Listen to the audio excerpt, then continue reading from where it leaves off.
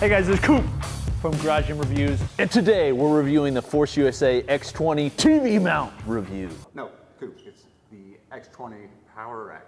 Oh. Today we're reviewing the X20 Power Rack with a TV mount.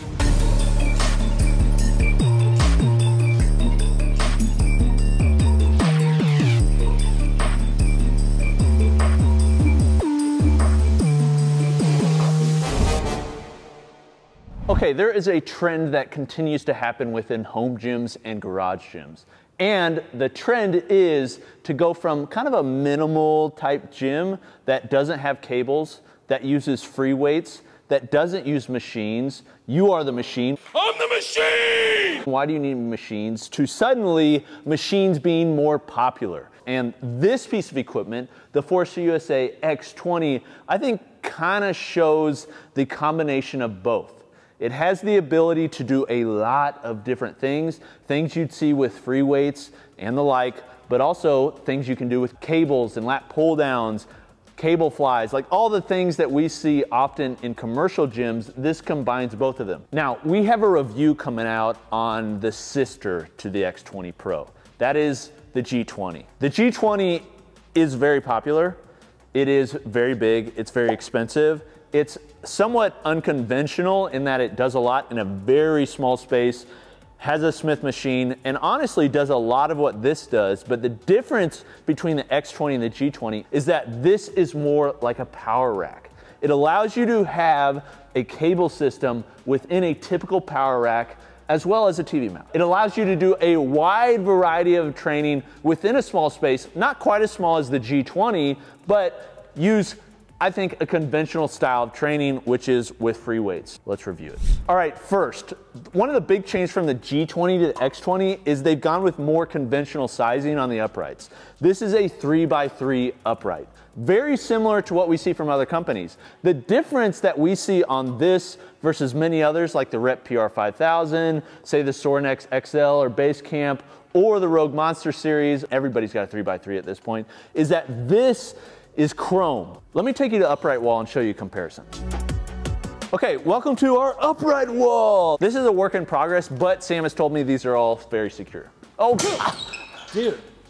I've not told you they're secure. I said they're not secure. Okay, sorry.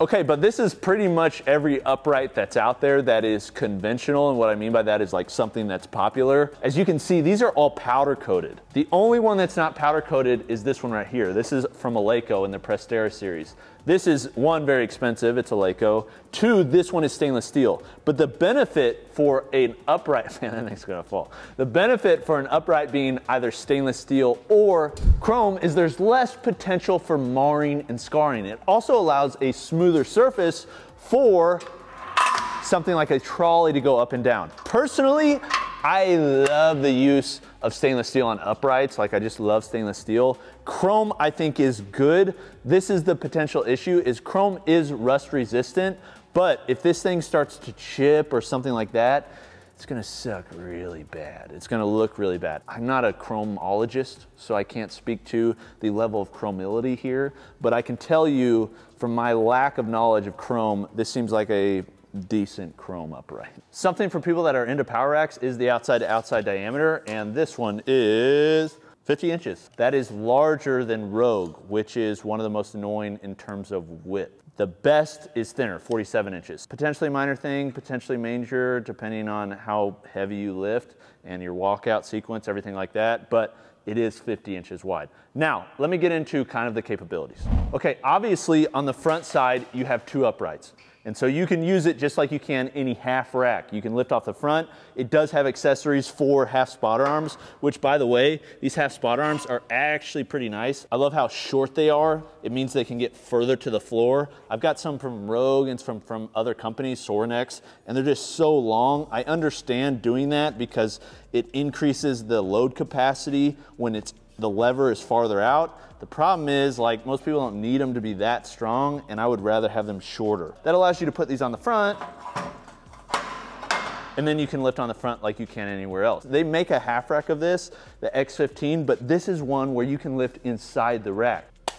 The inside is 30 inches. 30 inches, I think, is a nice medium. I'm glad they went with that size. So you can lift in here just like you can anywhere else. And there's enough space between the dumbbell shelves, which is an added thing that you have to purchase, and the upright, where you can put like an incline bench and still do incline without the head of the bench hitting the back. You're not really buying this because you need a power rack. There's lots of power racks you can get that I would say may be better than this and also cheaper than this. The real reason you get this is because it combines everything. The nice thing about ForceUSA is you can just buy one package. You don't have to shop everything. Personally, I really like shopping for stuff. There's many people that they go to a commercial gym, they want a commercial gym experience at home, and they don't want to have to research. That's where I think this fits. You can use a lot of attachments you can use from, say, the Monster series, Soarin' X, or the Rep PR5000 series, but the real benefit to this is that it has not just one of these, but two of these. Two 289-pound stacks. I think that's one of the reasons this thing is somewhat pricey, is it combines all of that, but man, that is a lot of weight to pack in. The difference between the G20 and the X20 is that the ratio on the cable pulley system is, I think, better on the X20. It is a 2-to-1 ratio. In fact, I'm pretty sure ForceUSA is now, they've changed their G20 to a 2-to-1 ratio, similar to this, where it was a 1-to-1 ratio. The reason that matters is on the cable pull travel. So this, you can see how far it goes. All right, that gives you a lot of options to do like different movements. So you're not really limited. If you wanted to do a single knee lat pull down or row, you can do it no problem. You can do it on either side, or you can, come out, 290 pounds on the stack. Cable flies, no big deal. But you can come out far if you want. So there's a lot more versatility in this. The problem is it's lighter. But for most people, they're not doing 300-pound lat pull downs. Most people, all right, 150-pound max pull down, I wish it could be a little bit heavier. I know that's gonna be light for some people on a lat pull down, but I think for most people, that is going to probably be fine. So a 2-to-1 ratio is very nice, whereas just to show you, a 1-to-1 ratio on the ForceUSA G20 goes to there. I mean, that's like 2 feet of travel. I was trying to do some movements on this one time, and it's just like the most enjoyable noise in the world. You just spent $6,000 for that. No, thank you. You can purchase other companies' attachments due to the standardized upright, but ForceUSA makes a lot that just kind of fit with it. They have a package where it's $800 and you just get kind of everything. You get a TV mount, you get the shelves in the back, you get the half spotters, you get the foot plate, you get the jammer arms, you get the lat pull down seat. There's just a lot there. So if you're planning on spending as much as this is, you probably are going to just purchase the set for all the additional accessories. And I think they're pretty nice. The jammer arms, these aren't as good as what we see from Rogue or Rep. They work, the quality is a little bit lower in my opinion, just the powder coat and some of the welds feel a little bit cheaper. But overall, I do like some of the ergonometry. I wish there was a half handle just for a football type grip. That would be nice. The real question that you have to ask is, do I have the space for this?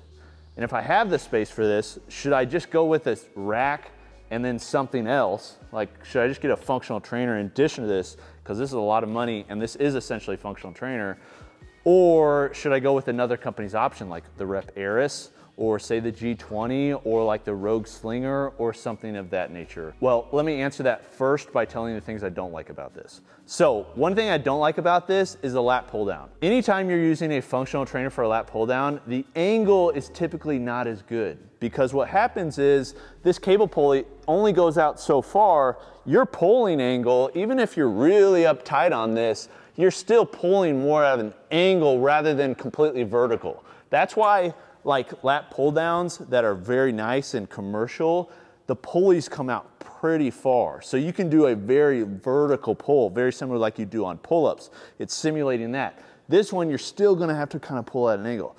The other thing I don't like is the 2-to-1 ratio is very nice for functional trainer purposes. It is not nice for lat pull downs and low rows. Low rows, people can row a lot. I'll show you actually. 290 pounds on the stack. See, it's heavy. I mean, that's 150 pounds, but it's not like I'm the strongest guy in the world. Definitely the strongest guy in this room. Sorry, Sam. And I mean, that's not, sorry, Nathan. That's what I should say. I could probably max this out if I was going for like reps of 10 or something like that. So that 2-to-1 ratio, and for lat pull downs, it's just, it can be a little bit annoying. I understand like stacks are very nice, and so I think this is a good size. It's just something to be aware of. Really what I would have loved is to create a lat pull down pulley, kind of like we see on Prime, the Prodigy rack, that is a different ratio than the functional trainer.